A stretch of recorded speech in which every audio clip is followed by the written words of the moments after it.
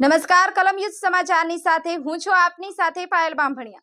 તો જોઈએ આજના મહત્વના સમાચારમાં।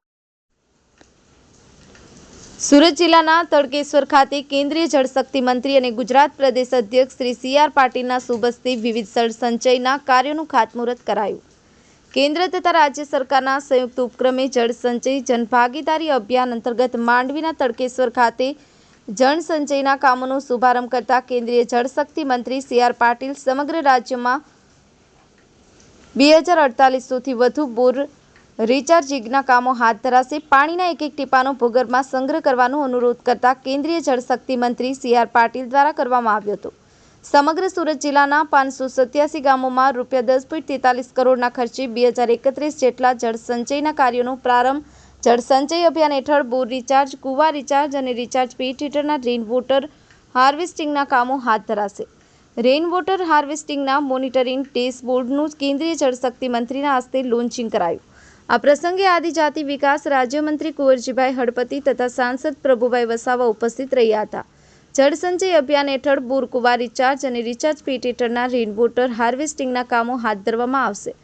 આ પ્રસંગે સુરત જિલ્લા ભાજપ પ્રમુખ ભરતભાઈ રાઠોડ, કલેક્ટર શ્રી સુરત તથા વિવિધ વિભાગના અધિકારીઓ ઉપસ્થિત રહ્યા હતા। ઈશ્વર સોલંકી, કલમ યુદ્ધ સમાચાર, માંડવી।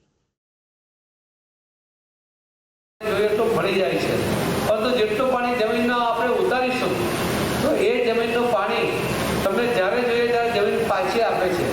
પેટાળમાં જળ સંચય કરવા માટેની ખૂબ તાકાત છે અને જળ સંચય કરીને તમને પાણી પાછું પણ આપી શકે છે।